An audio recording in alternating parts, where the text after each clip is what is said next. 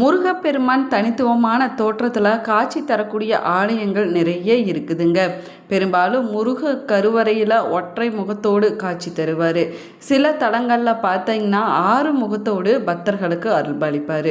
ஆனால் வேறு எங்கேயுமே பார்க்க முடியாத அரிய வகை திருக்கோலமாக இந்த ஆலயத்தில் மட்டும் முருகப்பெருமான் 11 முகங்கள் 22 கைகளோடு காட்சி தராரு. அந்த அற்புதமான ஆலயம் எங்கு அமைந்திருக்கிறது? இந்த ஆலயத்திற்கு சென்று வழிபட்டால் என்ன மாதிரியான பிரச்சனைகள் தீரும், நேர்த்திக்கடனாக என்ன செய்யப்படுது என்பதை பற்றி தான் இந்த பதிவில் நம்ம விரிவாக பார்க்க போகிறோம். வீடியோவை ஸ்கிப் பண்ணாமல் முழுசாக பாருங்கள். நம்ம சேனலை இப்போ தான் ஃபர்ஸ்ட் டைம் பார்த்துட்டு இருக்கிறீங்க அப்படின்னா நம்ம சேனலை சப்ஸ்கிரைப் பண்ணலன்னா சப்ஸ்கிரைப் பண்ணிக்கோங்க. கூடவே இருக்கிற பெல் ஐக்கானையும் ப்ரெஸ் பண்ணிக்கோங்க. வீட்டில் எப்பயுமே சண்டையும் சச்சரவுமாக இருக்குதா? உங்களுக்கு ஒரு விதமான மன அழுத்தமாகவே இருந்து கொண்டு இருக்குதா? திருமண வரன் நிச்சயம் கைகூடுற மாதிரி தள்ளி கொண்டே போய்கொண்டு இருக்குதா? நீங்கள் செஞ்சுட்டு வரக்கூடிய தொழிலில் சின்ன சின்ன பிரச்சனைகள் இடையூறுகள் ஏற்பட்டு கொண்டே இருக்குதா? இது போன்ற பிரச்சனைகளுக்கு இந்த வீடியோவுக்கு கீழே டிஸ்கிரிப்ஷனில் வராகி அம்மன் ஜோதிட நிலையத்தோட தொலைபேசி எண் கொடுத்துருக்குறேன். இந்த எண்ணுக்கு தொடர்பு கொண்டு பேசி பாருங்கள். உங்கள் பிரச்சனைகளுக்கு சரியான தீர்வு கிடைக்குங்க. வாங்க வீடியோக்குள்ளே போகலாம்.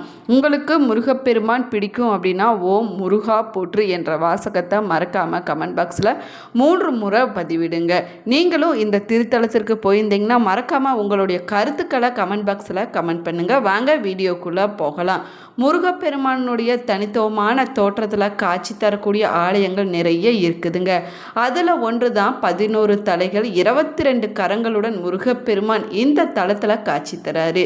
இங்கு முருகப்பெருமான் மட்டும் இல்லைங்க, துர்க்கை அம்மன், விநாயகர் போன்ற தெய்வங்களும் 18 12 கரங்களோடு காட்சி தராங்க. முருகப்பெருமான் ஞான குருவாக வீட்டிற்கக்கூடிய காட்சி தரக்கூடிய ஆலயமாகவும் இந்த ஆலயமானது அமைஞ்சிருக்குது. இங்கு வழிபடக்கூடியவங்களுடைய மனக்குறைகளானது தீர்ந்து விடுங்க. இந்த ஆலயத்தில் வழிபடக்கூடிய பக்தர்களுக்கு இருக்கக்கூடிய மன குழப்பங்களானது விலகிவிடும் அப்படின்னு சொல்லப்படுது. மேலுமே பார்த்தீங்கன்னா வேறு எந்த ஆலயத்திலையுமே பார்க்க முடியாத அரிய வகை திருக்கோலமாக 11 முகங்கள் 22 கைகளுடன் முருகப்பெருமான் இந்த தலத்தில் காட்சி தராரு.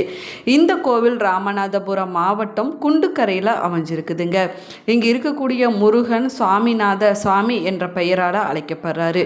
சுமார் 300 ஆண்டுகள் பழமையான இந்த கோவில் பாஸ்கர சேதுபதி என்ற மன்னரால் கட்டப்பட்டதாகுங்க. சூரபத்மனை வதம் செய்த பிறகு முருகப்பெருமான் இங்கு 11 தலைகளோடு விஸ்வரூபா காட்சி அளித்ததாக சொல்லப்படுது. இந்த பகுதியை ஆண்டிட்டு வந்த பாஸ்கர மன்னர் பார்த்திங்கன்னா தீவிர முருக பக்தர் ஆவார். ஒரு முறை பாஸ்கர சேதுபதி மன்னர் சுவாமிமலை முருகனை தரிசனம் செய்துவிட்டு வந்திருக்கிறாரு. இரவு நேரத்தில் உறங்கி கொண்டிருக்கும் போது அவருடைய கனவுல தோன்றிய முருகப்பெருமான் இங்கு இருக்கக்கூடிய முருகன் கோவிலில் இருக்கக்கூடிய பழமையான சிலையை எடுத்துவிட்டு புதிய சிலையை பிரதிஷ்டை செய்து வழிபட்டிங்கன்னா மக்கள் நலமோடு வாழ்வாங்க அப்படின்னு சொல்லிட்டு மறைஞ்சிருக்கிறாருங்க. கனவுல முருகப்பெருமான் சொன்னபடியே இங்கு தற்போது இருக்கக்கூடிய விஸ்வரூப தரிசனத்தோடு முருகப்பெருமான் சிலையை மன்னர் பிரதிஷ்டை செய்ததாக சொல்லப்படுதுங்க. மேலுமே சாமிமலை முருகனே கனவுல சொல்லி பிரதிஷ்டை செய்யப்பட்ட சிலை என்பதால் இங்கு இருக்கக்கூடிய முருகப்பெருமானுக்கு அதே பெயரால் சுவாமிநாத சுவாமி என்ற பெயரால் அழைக்கப்படுறாரு. இங்கு இருக்கக்கூடிய முருகன் மட்டும் இல்லைங்க, துர்க்கையும் தனிச்சிறப்பு வாய்ந்த தோற்றத்தில் காட்சி தராங்க. இந்த கோவிலில் 7 அடி உயரத்தில் 18 திருக்கரங்களுடன் துர்க்கை அம்மன் பக்தர்களுக்கு அருள்பாலிச்சிட்டு வராங்க. இந்த முருகனை வழிபட்டோம்னா நம்முடைய மனதில் இருக்கக்கூடிய குறைகள் அனைத்துமே விலகிவிடுங்க.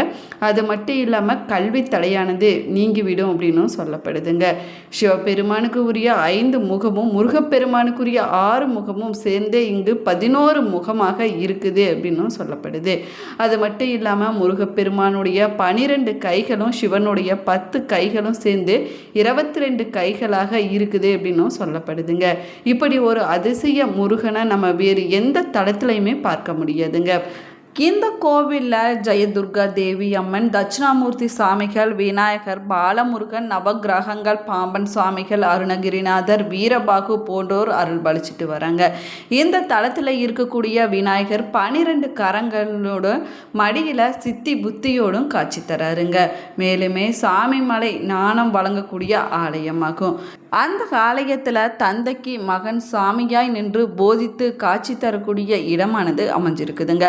மன்னருக்கு சொன்னபடி முருகப்பெருமான் அந்த ஞானமூர்த்தியாகவே இங்கு எழுந்தருளி இருக்கிறாரு. ஆனால் மற்ற கோவில்களில் முருகப்பெருமான் சிவன் மடியில் அமர்ந்து தந்தைக்கு போதிப்பது போன்ற சிலையானது இருக்குங்க. ஆனால் இந்த தளத்தில் பார்த்திங்கன்னா அந்த காட்சிக்கு பதிலாக தகப்பன் சாமியான முருகப்பெருமான் ஒரு குன்றின் மேலே அமர்ந்து தன்னுடைய தந்தையான சிவபெருமானுக்கு பிரணவ மந்திரத்துக்குரிய பொருளை விளக்கம் அளிக்க அதை சிவபெருமான் கீழே நின்று கேட்கக்கூடிய நிலையில் அமைஞ்சிருப்பது இந்த தளத்தில் இருக்கக்கூடிய தனிச்சிறப்பாகவும் சொல்லப்படுது. மேலுமே இந்த கோவிலில் கந்த சஷ்டி விழா, நவராத்திரி, வைகாசி விசாகம், சித்திரை திருவிழா போன்றவை விமர்சையாக கொண்டாடப்படுதுங்க. அது மட்டும் இல்லாமல் பங்குனி உத்திரமானது வெகு விமர்சையாகவும் சிறப்பாகவும் கொண்டாடப்படுங்க. முருகப்பெருமானுக்கு அபிஷேகம் செய்தல், ஆடைகளை வாங்கி கொடுப்பது மற்றும் உண்டியல்ல காணிக்கை செலுத்துவதன் மூலம் பக்தர்கள் தங்களுடைய நேர்த்திக்கடனை நிறைவேற்றிட்டு வராங்க. மேலுமே மனக்குழப்பம் இருக்கக்கூடியவங்க இந்த ஆலயத்தில் வேண்டிக் கொண்டாங்கன்னா மனக்குழப்பமானது நீங்கி விடுங்க. மனநலம் பாதிக்கப்பட்டவர்களும் சித்தனை தெளிவாக இருக்க வேணும் அப்படிங்கிறதுக்காகவும் பக்தர்கள் இந்த முருகப்பெருமானை வேண்டுவதும், வேண்டியதை நிறைவேற்றிய பின்னாடி முருகப்பெருமானுக்கு பால் குடம் எடுத்து வருவதும், காவடி சுமந்து வருவதும், அழகு குத்தியும் முடி காணிக்கை கொடுத்தும் தங்களுடைய நேர்த்தி கடனை நிறைவேற்றுவதை வழக்கமாகவே வச்சிருக்கிறாங்க. இந்த ஆலயத்தில் சித்திரை மாதம் 1ஆம் தேதியில் பூச்சொரிதல் விழாவானது கொண்டாடப்படுதுங்க. அது மட்டும் இல்லாமல் நவராத்திரியின் 9 நாளும் துர்க்கைக்கு சிறப்பு அபிஷேக ஆராதனையானது செய்யப்படுது. தை பொங்கல் அன்னைக்கு சாகாம்பரி என்ற காய்கறி பழ அலங்காரத்தில் அம்பிகை பக்தர்களுக்கு அருள்பாலிப்பாங்க. வைகாசி விசாகத்தை ஓட்டி பிரமோட்சமும் சூரசம்ஹார விழா 7 நாட்களும் நடைபெறுங்க. அது மட்டும் இல்லாமல் திரு கார்த்திகை, தைப்பூசம், பங்குனி உத்திரம் போன்ற முக்கிய விழாக்களானது இந்த ஆலயத்தில் சிறப்பாக கொண்டாடப்படுது. திருச்செந்தூருக்கு அடுத்தபடியாக இங்கு தான் சூரசம்ஹார திருவிழாவானது சிறப்பாக கொண்டாடப்படுதுங்க. இந்த ஆலயம் பார்த்திங்கன்னா காலை 6 மணி முதல் 10 மணி வரை நடை திறந்திருக்கும். அதே போல் மாலை 5:30 மணி முதல் இரவு 8:30 மணி வரையிலான நேரத்தில் நடை திறந்திருக்குங்க. இந்த நேரத்தில் பக்தர்கள் சாமி தரிசனம் செய்யலாம் அப்படின்னு சொல்லப்பட்டிருக்குது. இந்த ஆலயத்தோட முகவரி பார்த்திங்கன்னா அருள்மிகு சுவாமிநாத சுவாமி திருக்கோவில், குண்டுக்கரை, ராமநாதபுரம் மாவட்டமாக்குங்க. தமிழ் கடவுளான முருகப்பெருமானை வழிபட்டோம்னா எப்படிப்பட்ட பிரச்சனையாக இருந்தாலும் அந்த பிரச்சனையானது விலகிவிடும் அப்படின்னு பக்தர்களுடைய அசைக்க முடியாத நம்பிக்கையாக சொல்லப்படுதுங்க. அதனால தான் நாளுக்கு நாள் முருகப்பெருமானை வழிபடக்கூடிய பக்தர்களுடைய எண்ணிக்கையானது அதிகரித்து கொண்டே இருக்குது அப்படின்னும் சொல்லப்படுது. முருகப்பெருமானுக்கு 48 நாட்கள் விரதம் இருப்பாங்க. அதே போல் முருகப்பெருமானிடம் வேண்டிய வரங்கள் கிடைக்க, நம்முடைய துன்பங்கள் அனைத்துமே தீர 48 நாட்கள் ஒரே ஒரு வழிபாட்டை மட்டும் நம்ம நினைத்து கொண்டு வழிபட்டுட்டு வந்தாலே போதுங்க. விரைவில் முருகப்பெருமானுடைய அருளால் அந்த வேண்டுதலானது நிச்சயமாக நிறைவேறும் அப்படின்னும் சொல்லப்படுது. மேலுமே பார்த்திங்கன்னா என்ன பிரச்சனை தீர வேணும், என்ன வர வேணும் அப்படின்னாலும் கலியுக தெய்வம் என்று பக்தர்களால் அழைக்கக்கூடிய முருகப்பெருமானிடம் சென்று நம்ம முறையிட்டோம்னா போதுங்க, கண்டிப்பாக அந்த பிரச்சனையானது தீர்ந்து விடுங்க. வேண்டிய வரங்கள் அனைத்துமே கிடைக்கும் அப்படின்னு பக்தர்களுடைய நம்பிக்கையை சொல்லப்பட்டு வருது. முருகப்பெருமானுக்குள்ள அனைத்து தெய்வங்களும் அடக்கம் அப்படின்னும் சொல்லப்படுதுங்க. இதனால தான் முருகப்பெருமானை வழிபட்டாலே போதுங்க, எல்லா தெய்வங்களையும் வழிபட்ட பலனானது நம்முடைய வாழ்க்கையில் கிடைக்கும் அப்படின்னு சொல்லப்படுது.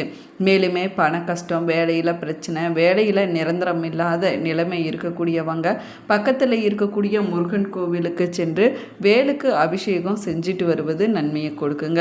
அதுவும் கிருத்திகை நாளில் செய்வது ரொம்பவே விசேஷமானதாகும். அதே போல் வீட்டில் சின்ன அளவிலான வேல் வாங்கி வைத்து அதற்கு கொஞ்சமாக சுத்தமான தண்ணீர், பால் விட்டு அபிஷேகம் செய்துவிட்டு 2 எலுமிச்சை பழங்களை பிழிந்து வேலுக்கு அபிஷேகம் செஞ்சு வழிபடுவது சிறப்பானதாகுங்க. அப்படி அபிஷேகம் செய்ய முடியாதவங்க 2 எலுமிச்சை பழங்களை வாங்கி முருகப்பெருமான் கோவிலுக்கு சென்று முருகனுடைய காலடியில் வைத்துவிட்டு 11 முறை அவருடைய சன்னிதானத்தை சுற்றி நீங்கள் வழிபடலாம். எலுமிச்சை தானம் செய்வது ரொம்பவே சிறப்பு வாய்ந்ததாக சொல்லப்படுதுங்க. குழந்தை பாக்கியம் இல்லாதவங்க, எவ்வளவோ சிகிச்சை எடுத்துமே பலன் இல்லாத, பல வருஷமாக குழந்தை இல்லாதவங்க முருகப்பெருமானுடைய அபிஷேகத்துக்கு தேன் வாங்கி கொடுக்கலாங்க. கோவிலில் முருகப்பெருமானுக்கு நடைபெறக்கூடிய அபிஷேகத்தை நேரத்தை தெரிஞ்சு கொண்டு அந்த நேரத்தில் நீங்கள் தேன் வாங்கி கொடுப்பது சிறப்பான பலன்களை பெற்றுக் கொடுக்குங்க. அதற்கு பிறகு சாமிக்கு அபிஷேகம் செய்த தேனை கொஞ்சமாக பிடித்து அது தினமும் நீங்கள் சாப்பிட்டுட்டு வந்தீங்கன்னா உங்களுக்கு நிச்சயமாக குழந்தை பேரானது கிடைக்குங்க. நம்பிக்கையோடு முருகப்பெருமான வேண்டி கிருத்திகை நாளில் இந்த ஒரு விஷயத்தை செஞ்சுட்டு வாங்க. நிச்சயமாக மூலமாக நல்ல பலனானதே கிடைக்கும் அப்படின்னு சொல்லப்படுது. இந்த பதிவு உங்களுக்கு பயனுள்ள தகவல்களை கொடுத்துருக்குன்னு நினைக்கிறேன். இந்த பதிவு உங்களுக்கு பிடிச்சிருந்தால் லைக் பண்ணுங்கள், ஷேர் பண்ணுங்கள், கமெண்ட் பண்ணுங்கள். இன்னும் நம்ம சேனலை சப்ஸ்கிரைப் பண்ணலன்னா சப்ஸ்கிரைப் பண்ணிக்கோங்க. கூடவே இருக்கிற பெல் ஐக்கானையும் ப்ரெஸ் பண்ணிக்கோங்க. Thank you friends.